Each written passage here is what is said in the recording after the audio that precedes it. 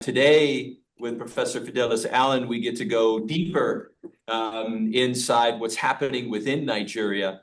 But I thought I would start with just some kind of comparative comments for you in terms of thinking about how to locate today's conversation if you're not particularly focused on internal Nigeria issues. Nigeria is the most populous country in Africa. It's also one of the longest standing sort of civilian democratic experiments on the continent. Not the longest, but certainly the democratic yearning in Nigeria has been present ever since independence in 1960. The other thing that's so interesting about Nigeria from an American perspective is that Nigeria is a federation of 36 states. And so a lot of our federal, state, local tensions that we feel in the United States is something that very much plays out in the Nigerian context. What's different about Nigeria than the United States, which is particularly interesting to me, is that Nigeria has a dual legal system in the sense that you have the secular courts standing aside traditional courts. And those traditional courts play out differently depending on where you are in the federation. So in northern Nigeria, you often have Sharia legal courts alongside the secular courts. In southern Nigeria, you have traditional courts in the Igbo regions or other parts of the country that are using local customary practices, typically in civil cases for many of these areas, but in the Sharia courts, it will certainly drift into the criminal as well. And the last stop for all legal cases is the Supreme Court at the federal level, which has jurisdiction over everything. And the Supreme Court justices have experience in various different traditional legal practices as well. So if you're doing ADR, which is another name for mediation, in Nigeria, you have a very plural legal environment within which to work. In addition, as we've said last time, Nigeria is extremely culturally diverse. Depending on how you count an ethnic group, there's over 200 different ethnic groups speaking over 100 different local languages, and the country is evenly divided between Muslims and Christians, more or less. Although on both sides of the ledger, you have traditional practices also overlapping with Muslim and Christian practitioners. So an extremely culturally diverse environment within which to be thinking about mediation.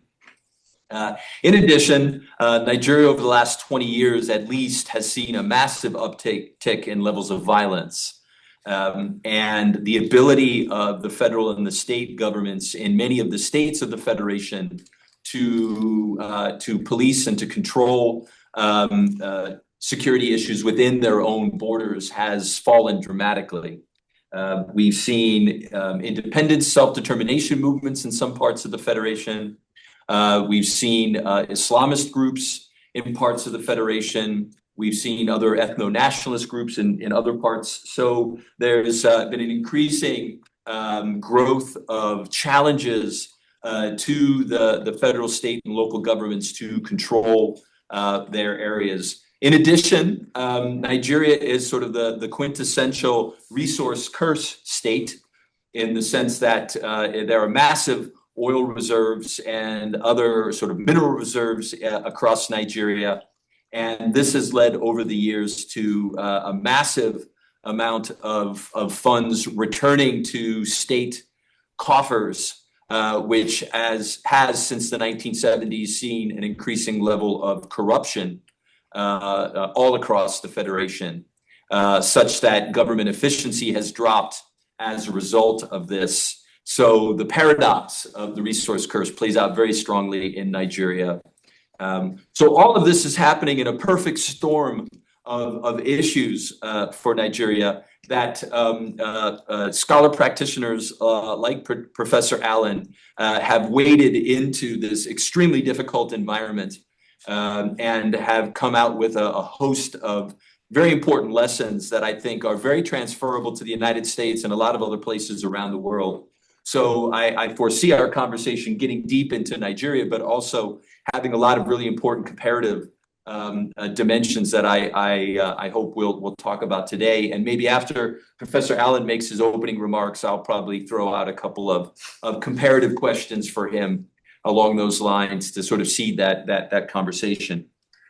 But first, let me just say that Professor Allen is a professor of development studies in the Department of Political and Administrative Studies at the University of Port Harcourt in Nigeria, which, by the way, is the heart of the oil production industry in Nigeria. So he has a laser focus on many of those issues there. He obtained his Doctor of Philosophy degree from the School of Politics, Faculty of Human Sciences at the University of KwaZulu-Natal in South Africa, with the prestigious Doctoral Research Award of Canada's International Development Research Centre, administered by the University for Peace Africa Program, Ethiopia.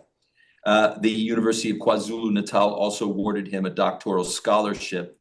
He was two-term director of the Center for Conflict and Gender Studies at the University of Port Harcourt, and he also served as the head of the Political and Administrative Studies Department and is currently director of the university's Center for Politics.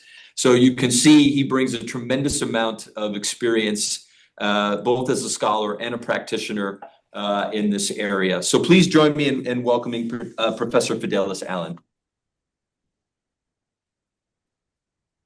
Yeah, thank you, Darren. And thank you for providing the context.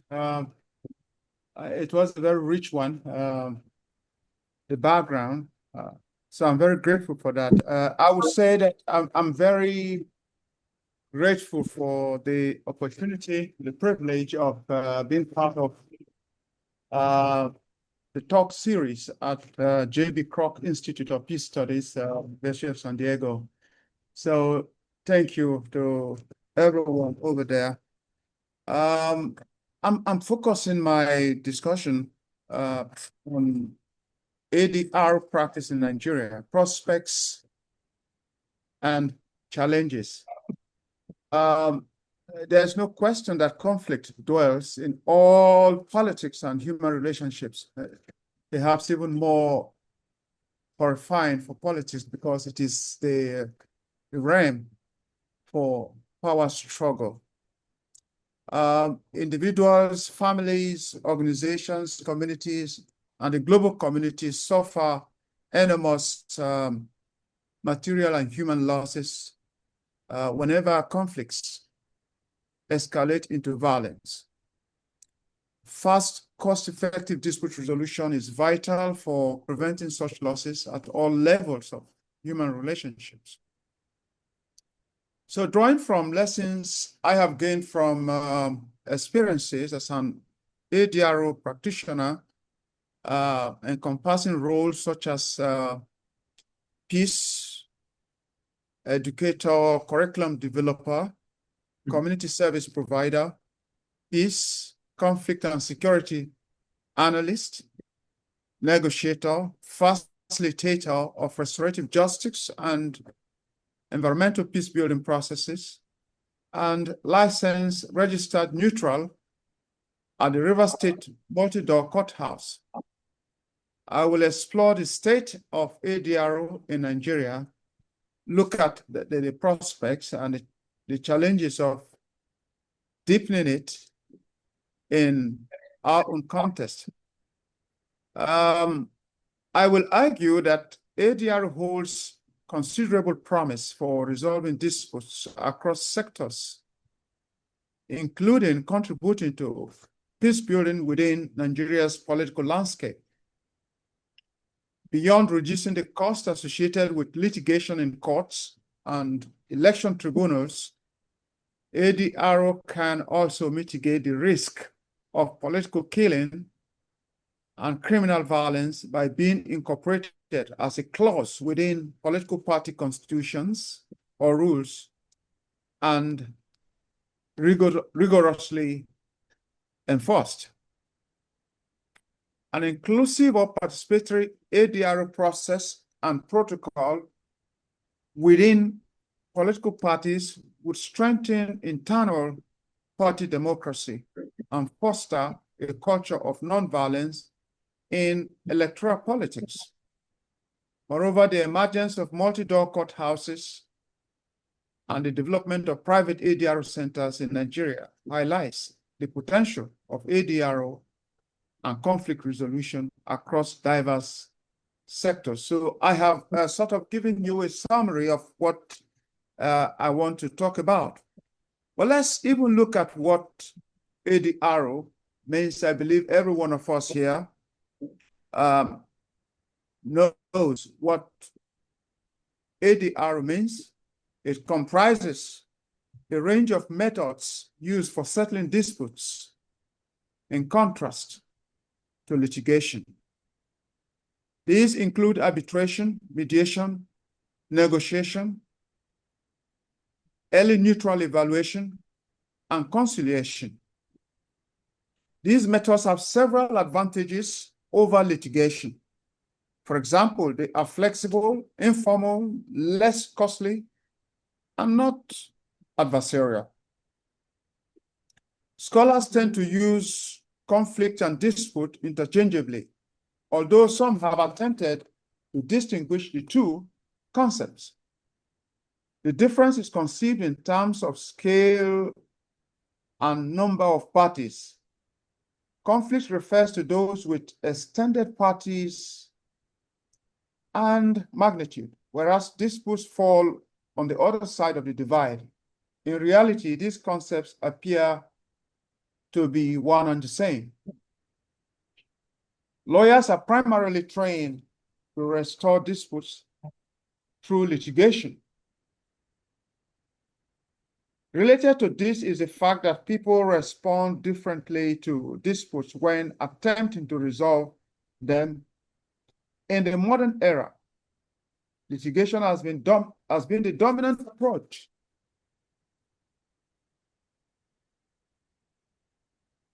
I think there's something wrong here. I'm trying to shift to move the slide. Okay, great. There you go. Yeah, that's great. Yeah.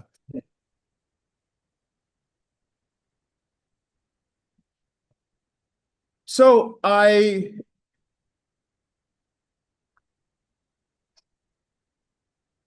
there's a question that that bothers me in this presentation. The question of effective management of political conflict. This debate has been seen by many who believe that litigation has limited promises if at the end of the day it does not guarantee frank and honest dialogue between parties with an outcome of reconciliation. Does not also take into consideration the urgency and the need for acknowledgement of root causes of dispute. It has been criticized for being more of an adversarial approach that offers only little, if not a hindrance, to parties' capacity to pursue peaceful resolution of conflict. In contrast, alternative dispute resolution, whose advocates believe has better promises for achieving good results in a society threatened by methods of waging conflict, is yet to properly develop in Nigeria. The practice of ADRO, however, predates the coming or the coining of the term. Understanding the US context in relation to the spread of modern ADRO globally is crucial. This does not suggest that ADRO should be traced to the United States, especially if we note that centuries before the modern era, the Greek city-states had used forms of ADRO to resolve disputes between parties. Agitation for reform in the US was a response to perceived gaps in the justice system. I'm saying that events in the 1960s and 1970s in the US provide some insights into the development of ADRO in recent times. That agitation led to the Pound Conference of 1976. That conference itself led to reforms that favored ADR in the United States. Delay and the apparent lack of inclusiveness in the delivery of justice and the fact that litigation did not promote reconciliation were issues that led to the convening of that conference. The conference is colloquially referred to as Pound Conference, which was actually organized by the then Chief Justice of the US, Justice Warren Begin. The reform, driven by the leadership of the US judiciary, made arbitration the consign or a major consign of a shift in favor of ADR, although other methods such as mediation, negotiation, and conciliation soon became part of the entire justice system. In Nigeria, the justice system has been criticized for similar issues, including corruption and delay. At least Professor Darren mentioned a bit of this. Some also believe that the justice system in Nigeria does not guarantee fairness and justice in some matters, especially those involving parties with unequal power and political interest. The common adage that the court is the last hope of the common man seems to have lost its truth and wisdom in the face of growing public distrust in the institutions of governance in Nigeria. Similarly, in Nigeria, ADR has been shaped by many factors, including traditions, Darren talked about this, and customs of indigenous communities, family, church, government practices, and legal frameworks. In many communities, traditions and customs that give local institutions authority resolve disputes between members. Practices found in the processes that clearly fall within ADR, such as women and youth following to resolve disputes, have been instructive. A culture of negotiation between parties in dispute has existed for a long time in many communities in Nigeria. Within the multi-ethnic state of Nigeria, villages and communities have different ways of resolving disputes among themselves. It is true that wars have also been fought by communities over land, resources, and there have been disagreements and sundry issues, such as the result of a breakdown or failure of negotiations. The historical significance of the pre-modern era and indigenous methods of resolving conflicts have contributed to modern ADR thinking in Nigeria. Now, reforms in justice systems in many parts of the world are increasingly incorporating ADR as part of the new thinking. I will see it. Yeah, I'm here. Are you here with me? Yes. Yeah. Okay. For example, the protracted nature of disputes, often lasting several years before judicial decisions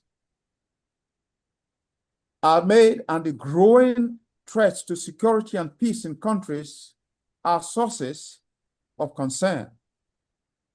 At the interpersonal and local level in communities, many also worry about the threat of violence when parties in dispute fail to reconcile after court judgments.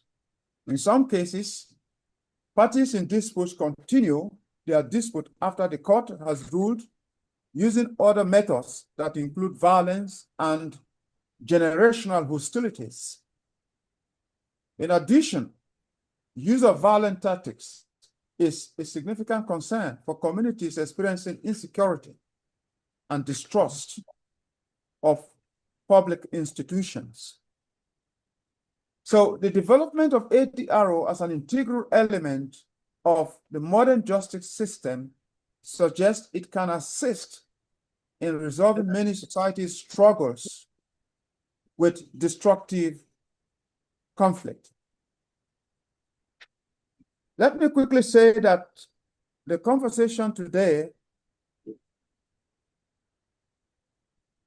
benefits hugely from my experience as a teacher and one who has been involved in many peace and conflict studies activities. It all started with my early teaching career when I volunteered with a team at selected secondary schools in the city of Port Harcourt. Port Harcourt is the capital of Rivers State.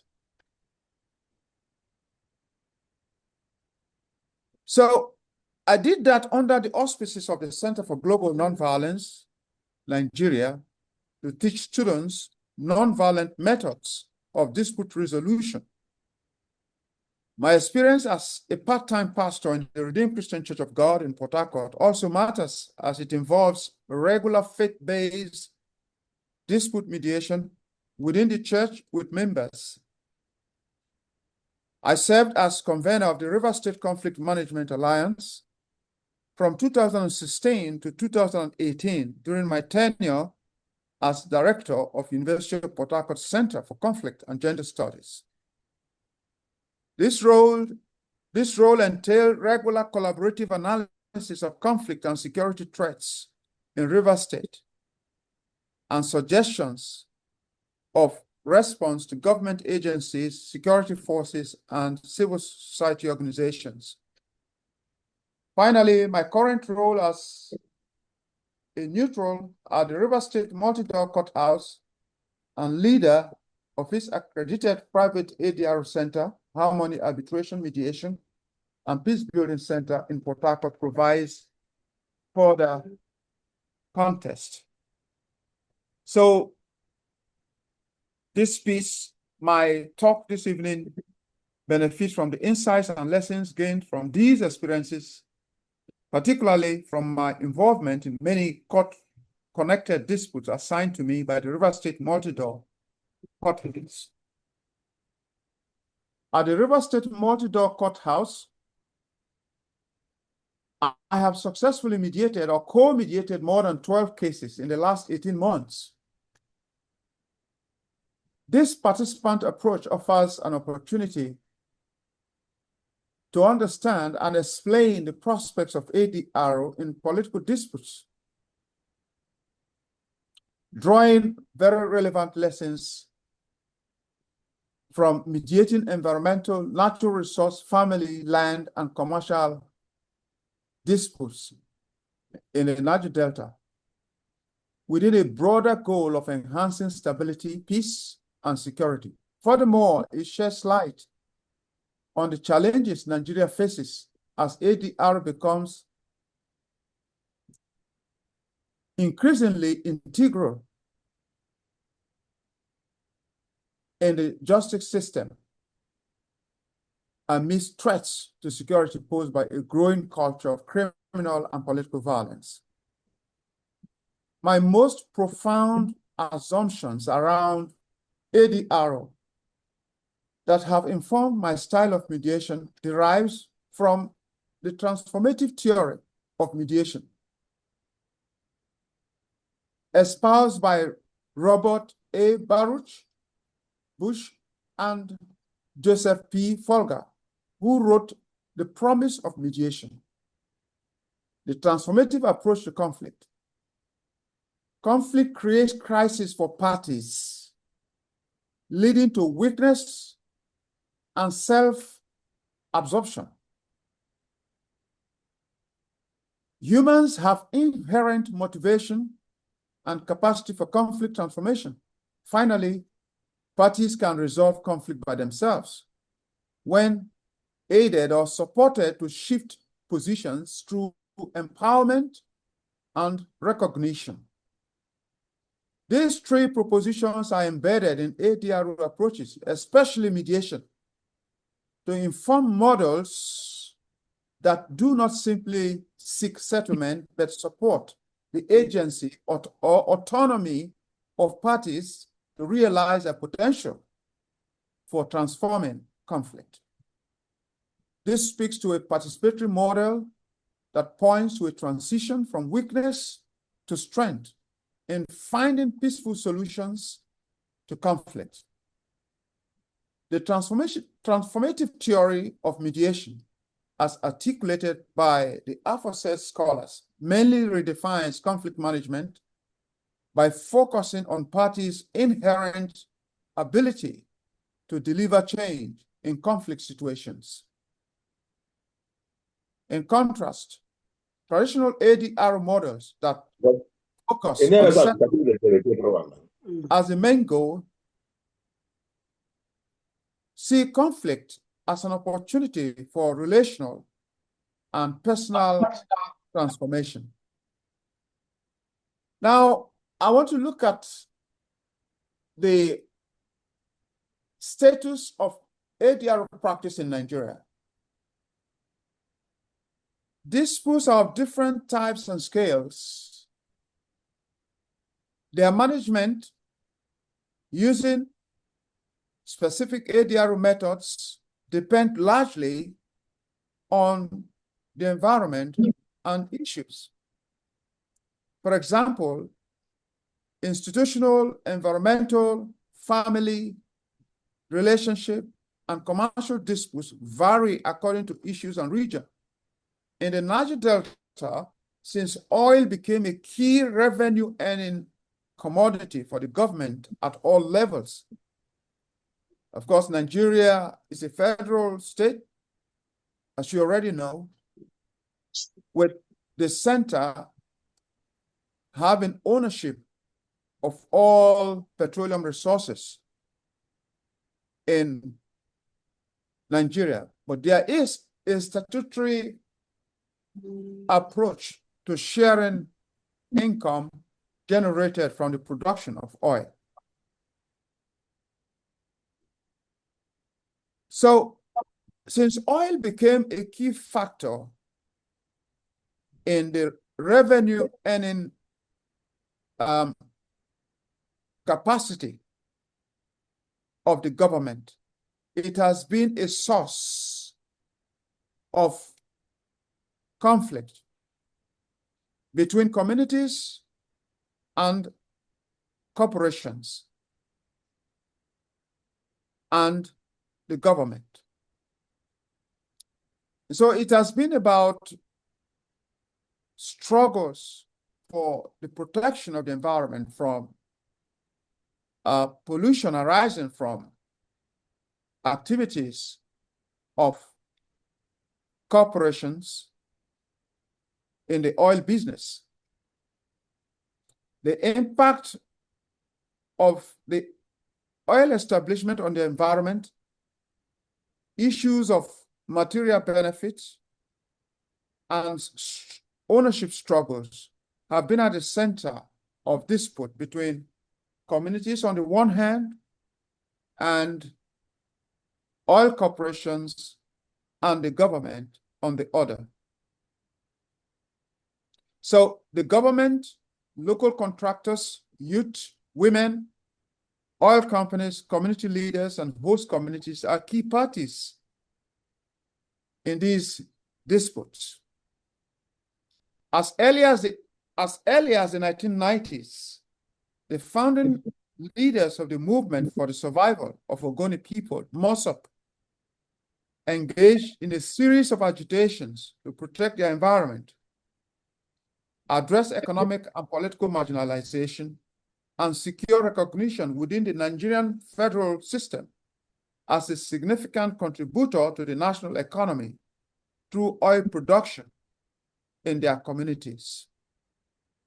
The killing of the organization's founding president, Kenule Sarwiwa, and 9 others in 1995 by the federal government after a military trial escalated the dispute and spread it across the entire Niger Delta.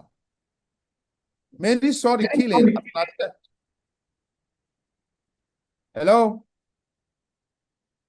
Yep, we're Yeah, we're here. We're here. Okay, that's great. All right. So many saw the killing as an attempt to discourage further agitations against the government and oil companies, and saw the charges of murdering 4 Ogoni men as spurious. These men had died as a result of actions by the group's youth wing, who protested against them, labeling them saboteurs and vultures for allegedly undermining Ogoni interests through compromise. In border community, 2 major oil spills. By the way, border is no Ogoni.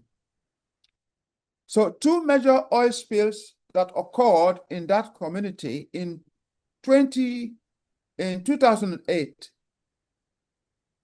generating tension between Shell and the community, eventually led the parties to a London court.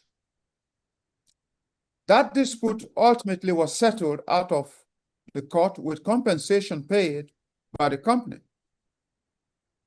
Within the wider Ogoni community, the dispute between Mossop, SPDC, that is Shell, and the federal government was addressed through the intervention of the United Nations Environment Program, UNEP, in 2011.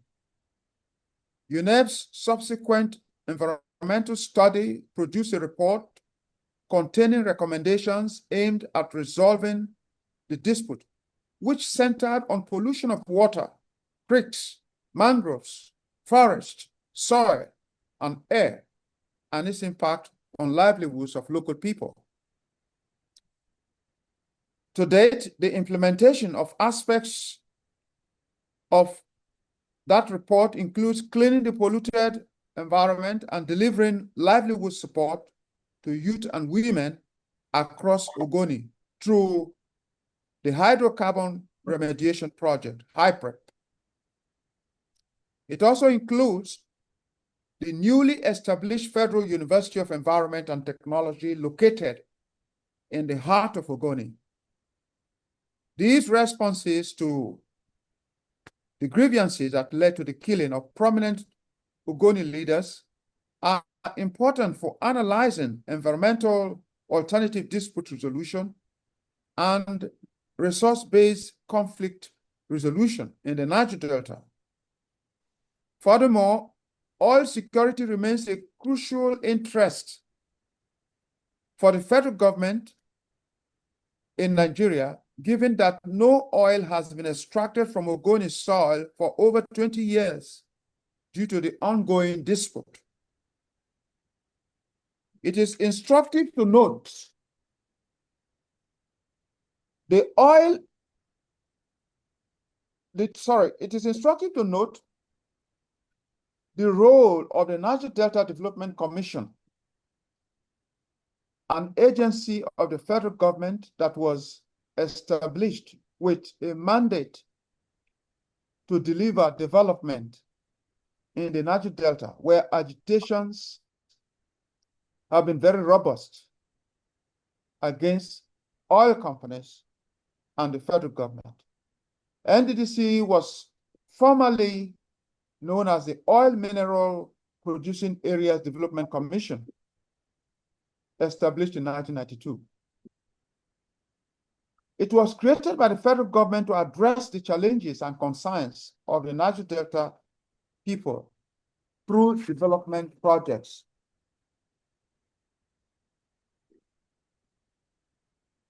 Now, successfully carrying out this statutory role has never been easy. As part of its 25th anniversary celebrations in September 2025, I was invited by the Commission's legal unit to train personnel on promoting transparency, accountability, and due process through alternative dispute resolution. This also, for me, highlights how key government agencies are raising awareness regarding the importance of ADR in achieving organizational objectives. Given that the Commission's work and responsibilities are rooted in community grievances, effectively managing workplace dispute was crucial and remains so for positive outcomes. As I argued, ADR enhances transparent and accountable governance within organizations by promoting open dialogue, fostering a culture of responsibility, and implementing accountability protocols. In Nigeria, families and churches use ADR to address conflicts, especially through mediation. This cultural practice contributes to the broader context of ADR in the country. Many Nigerian churches discourage their members from going to court to resolve commercial and relationship disputes, mainly due to biblical teachings and doctrines. Mediation is a common method for resolving such disputes. Church leaders use mediation as an effective conflict resolution method. Given that Nigeria is a huge religiously inclined country with several churches, this trend supports the idea or assumption that ADR holds a lot of promise for the handling of issues among citizens.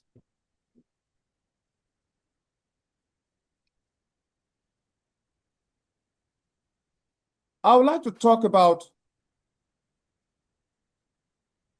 multi-door courthouses in Nigeria.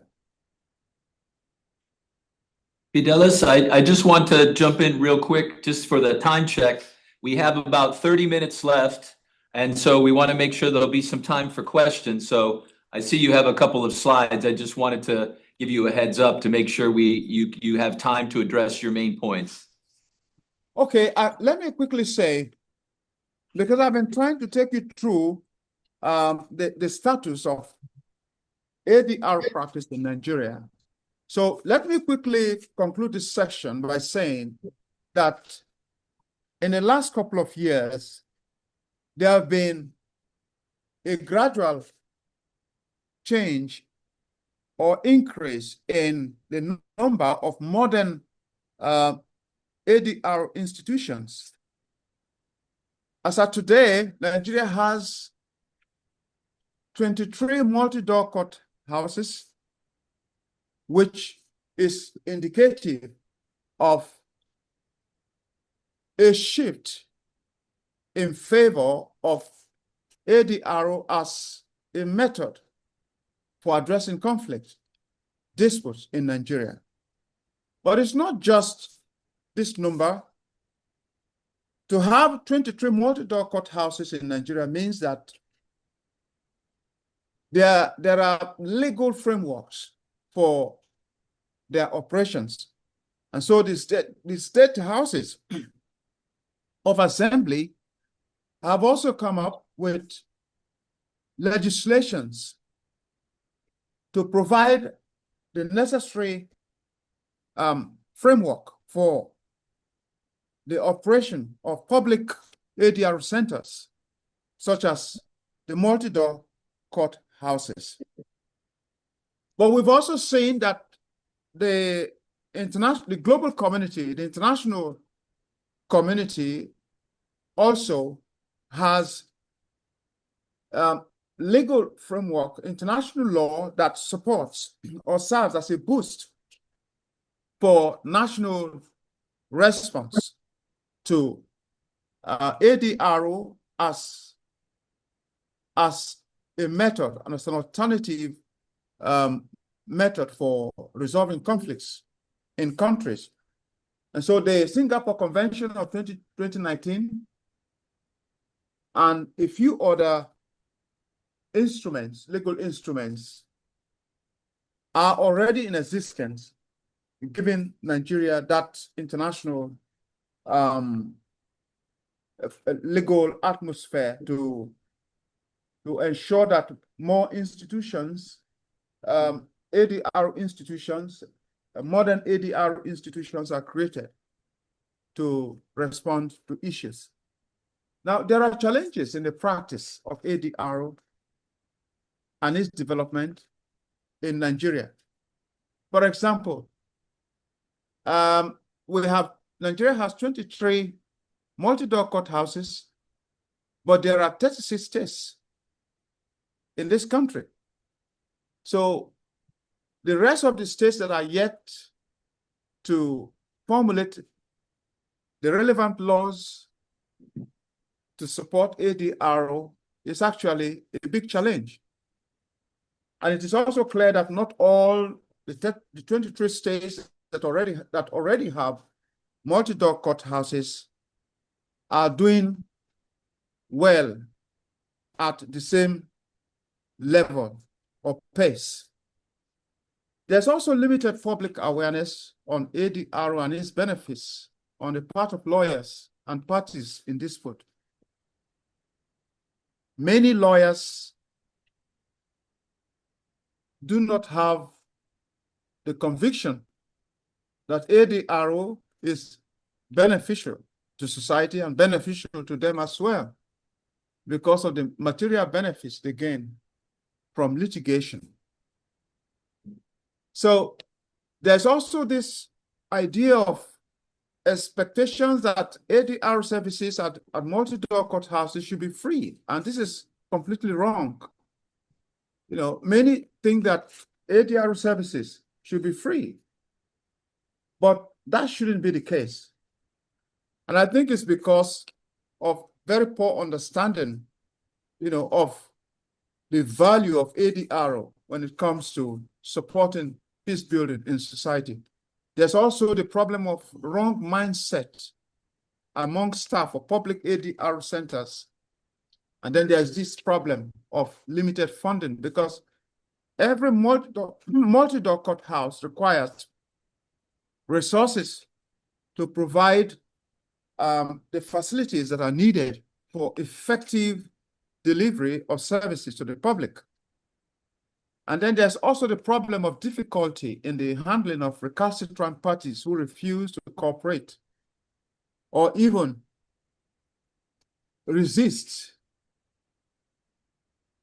So whenever you find lawyers and judges, you know, showing signs of resistance to ADR, you know that it's a problem because we need the cooperation and the understanding of lawyers and judges to make ADR work. So lack of sufficient legal framework for ADR to thrive is a problem. And then when you look at the local government councils in Nigeria, they are 774, meaning that if government at this level also understands the value of ADR, I would say it will go a long way to supporting peace building and checking the excesses of violent actors in politics. And so we have the problem of underutilization of lawyers' positive influence on their clients. Of course, we know that lawyers have a lot of influence on their clients. In many court-connected or court-referred ADR or mediation or arbitration, lawyers can actually deploy their positive influence on their clans to encourage them to settle out of court in order to have better guarantee of reconciliation, which litigation does not guarantee in most cases. Now, regarding prospects of deepening ADR in political dispute resolution, the importance of ensuring that ADR services are extended to addressing issues that are fundamentally political in nature in Nigeria cannot be overemphasized. Since 1999, when the military exited after several years of intermittent incursion in politics, Nigeria has operated multi-party democracy. And the style of multi-party democracy in Nigeria is such that has encouraged violence, especially at the grassroots. But the political parties do not have institutionalized ADR systems to address disputes that ultimately escalate to the point of violence. Because when you look at pre-election seasons, election seasons, and post-election seasons in Nigeria, you find that all of these epochs, periods in the political life or transition from one regime to another is marked with violence. I was in a public lecture today. I listened to the former chairman of the Independent Electoral Commission in Nigeria, who spoke based on his experience and said that the problem with elections in Nigeria, the problem with our democracy, is the mindset of politicians who believe that they must win at all costs. So this type of mindset is really very dangerous. And so if you look at the nature of political dispute, you'll find that they are fundamentally related to elections, fundamentally related to what happens within political parties, fundamentally related to inter-party relations before, during, and after elections. The Rivers State example since 2023 and the lessons are topics that nobody can afford to ignore. Although no scientific study of the political tension in Rivers State since 2023 has been done, media analysis has actually brought up a number of questions. So there are so many questions based on what the media has continued. Media have continued to analyze. So we're looking at mediation efforts and outcomes, impact on governance, the role of political parties, the aloofness of public ADR center, and then the complicated, intense, interest-based struggle for power.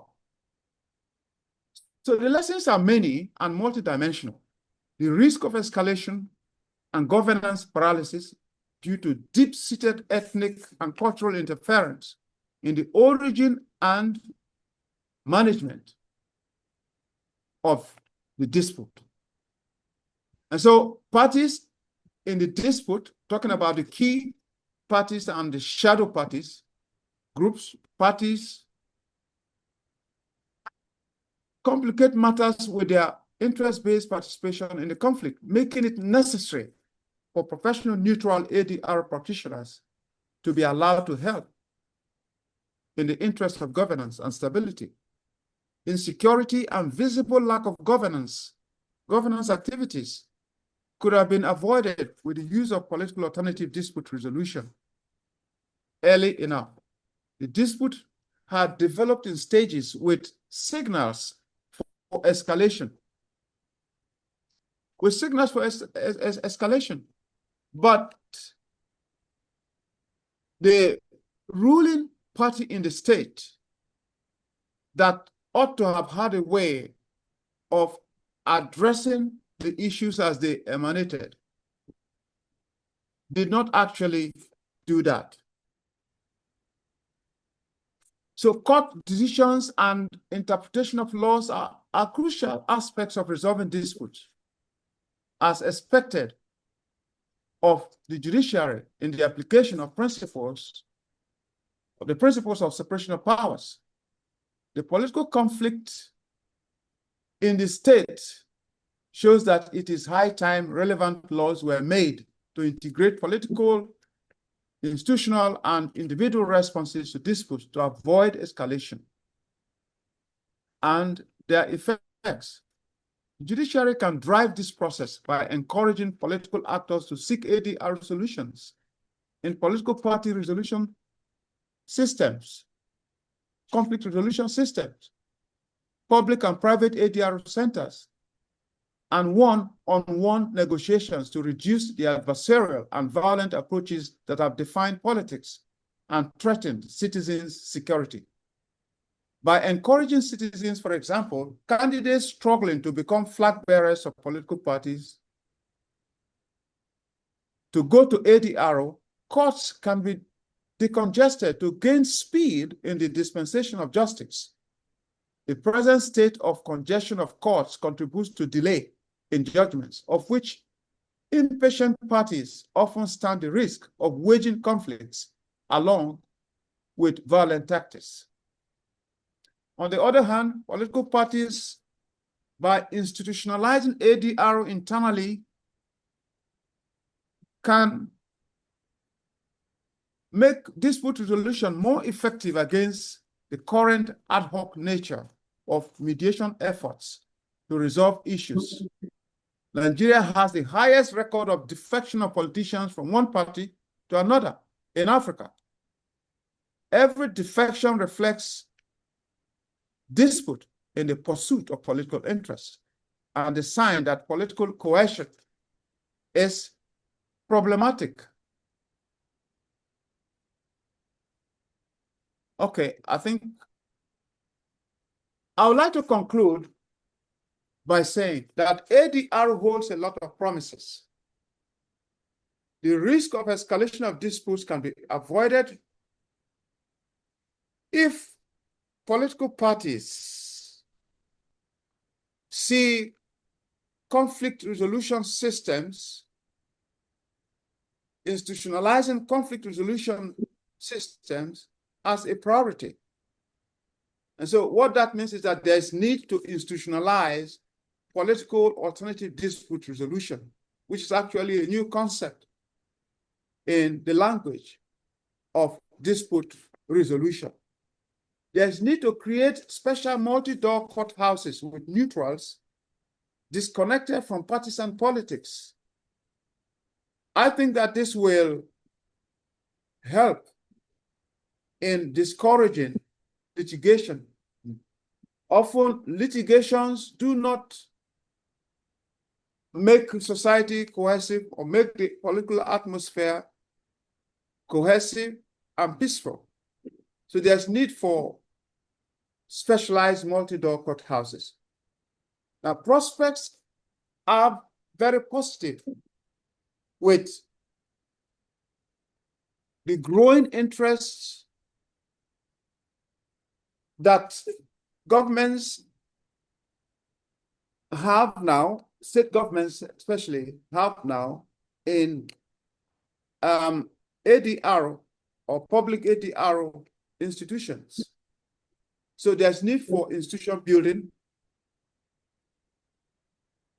I would like to also say that fundamentally, looking at the indigenous conflict management systems, there's a culture that is already embedded in ADR that needs to be resuscitated. And I think that it takes the effort of all stakeholders to make this happen. The broader picture of long-term peace in Nigeria must be seen to be important, because as it is now, criminal violence, which have roots in the struggle for power in Nigeria, is threatening the peace of this country. I think we need to see the broader picture of long-term peace. And I think that governance is key. So justice in governance is required to make all of this happen and create an atmosphere for the thriving of politics, and politics itself being more responsive to the needs of citizens. Thank you for listening. I'll be happy to take questions. Okay. Okay, Professor Allen, thank you so much. We've got a little over 10 minutes left. Fidelis, if you wouldn't mind, maybe we'll give you 3 questions at once so that you can address all 3. Perhaps if you can jot down, if that would be okay. And maybe I'll take the liberty of throwing the first question out there and letting my colleagues think for a second about what they want to ask. I really want to underscore what Professor Allen said about the importance of ADR systems in lowering the temperature across the country writ large, and how it can really be helpful in kind of nipping in the bud these local disputes before they escalate up the chain, because by the time they get to the state or federal government, so many more actors have jumped in on the conflict that it becomes, out of control. But it really underscores the importance of local governments in supporting this. And I want to underscore what Professor Allen said about, part of the problem with the ADR movement in Nigeria is that you've seen a lot of these multi-door courthouses, as he called them, really appearing in a lot of the state capitals. So you don't see this sort of moving out in many instances into rural areas where many of these conflicts are taking place. And the local governments in general in Nigeria are extremely dysfunctional. So sort of getting any of these kinds of institutions in place or getting funding for this is extremely difficult. I really want to underscore what Professor Allen said about the importance of the lawyers supporting this kind of work. I did a lot of work in trainings with ADR and restorative justice with lawyers in Nigeria over the years. And Fidelis, you probably have heard this as well. Lawyers have this joke referring to ADR as alarming drop in revenue. And so, the lawyers really have to be convinced that this is something important. But this is where my question is for you, Fidelis, is that you mentioned sort of religious groups and also sort of the traditional cultural apparatus, so traditional rulers, a lot of sort of non-governmental actors who are also part of this. Can they somehow help to augment this need for more ADR practices?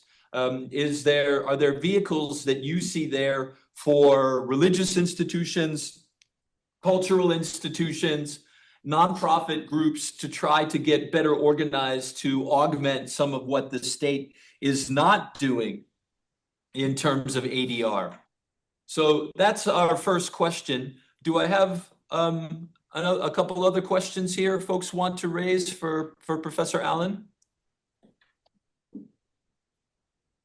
Please, go ahead, Steve. Is there an example of a political party or 2 political parties at the state level that have sought to use things like ADR to reduce the level of violence around elections? Great, thank you. So a question on any examples of political parties using ADR to deal with election-related disputes. Thank you. A third question? No takers? Do we have any folks online that wanted to throw in for Professor Allen before we turn to him?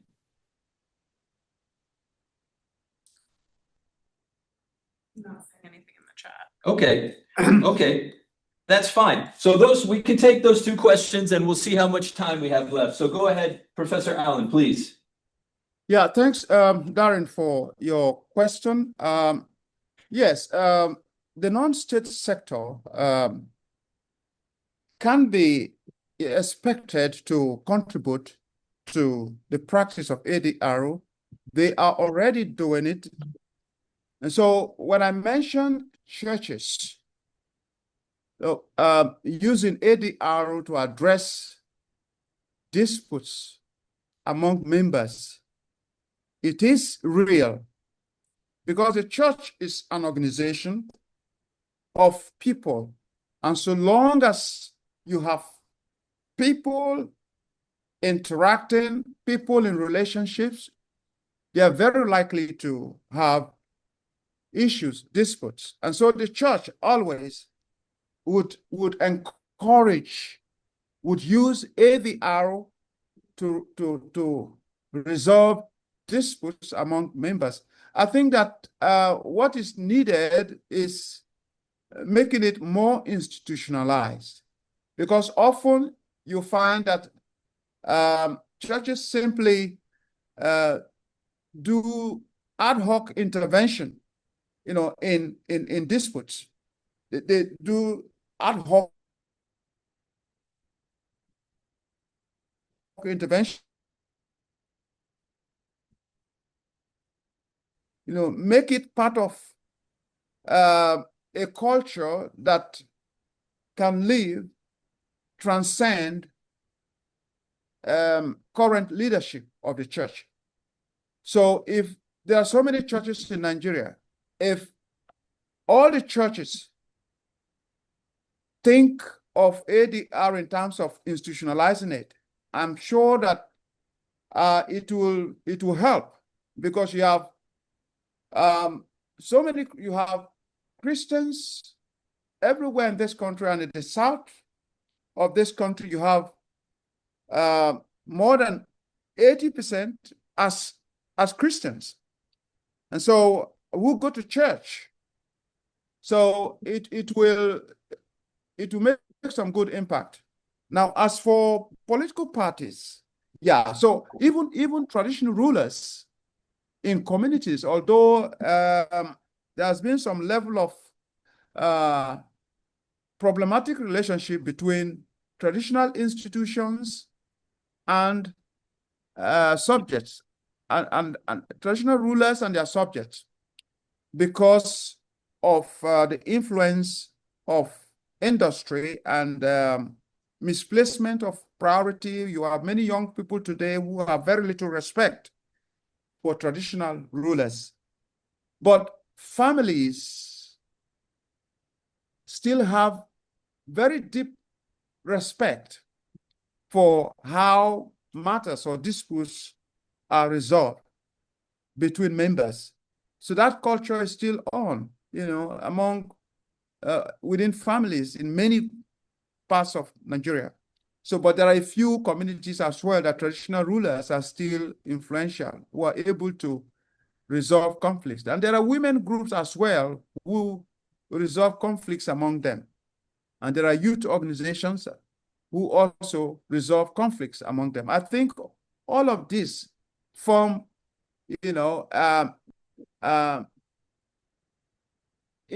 and form a broader, perspective on how ADR is being practiced in Nigeria. And so if we are talking about ADR practice, we must look at this holistically from the governmental and the non-state sector. And if you look at political parties, yes, political parties have had mediation as a way of addressing conflict within them, but they have not institutionalized ADR. They do not have units that are specifically created to address conflicts, disputes among members. So what you find in Nigeria, among the political parties is ad hoc, platforms for addressing issues among party members. And in recent times, with the problem of defection, some of the parties have also found a way to select people into committees to go after people that are threatening to leave their parties, and some that have actually left, would have no way of returning. But some are actually trying to prevent this from continuing to happen. So the parties have used mediation, and this was very clear with the president who intervened in the dispute between the governor of Rivers State, the lawmakers, and the former governor of the state, whom people believe has a lot of influence and was actually responsible for the emergence of the present governor as governor in the 2023 elections. And so the president's initial intervention, was not implemented. His second intervention appears to have brought some respite, brought some fragile peace, but there are still questions, in terms of the power dynamics, because when there's unequal power posture among parties, it is really very difficult to expect transformation of conflict in a way that brings reconciliation. And so the imbalance in power among the parties is a big factor. So nobody knows how long this fragile peace will last, but political parties have found a way. Of course, the president is the leader of the ruling APC in Nigeria. So he is actually in a position to intervene and to mediate in political disputes. Okay. Well, we've run out of time, but Professor Allen, thank you so much. I see there's a couple questions in the chat for you as well. Maybe you want to respond to before disconnecting. But I want to thank you again for making time, especially with the time difference between California and Nigeria. We're grateful that you were willing to stay up late to share your thoughts and wisdom with us. And we will be in touch with further questions on our end as they surface. But now, just join me again in thanking Professor Allen.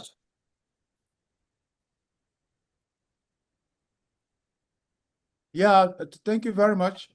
There's a question here. Is there any practice of ADR to prevent religious-related conflicts in northern part of the country? Yes, there have been a number of initiatives, especially by religious groups, who are concerned about the consequences of religious crisis, in northern Nigeria. So there are so many platforms that have been created for dialogue, discussion involving people of different faiths, Muslims and Christians, coming together to discuss problems of in their communities, to discuss disputes, conflicts, and violence, and their impact, on community, and discussing ways of addressing these issues. So such platforms have been there, and they've been there for a long time. And there are NGOs who are driving all of this.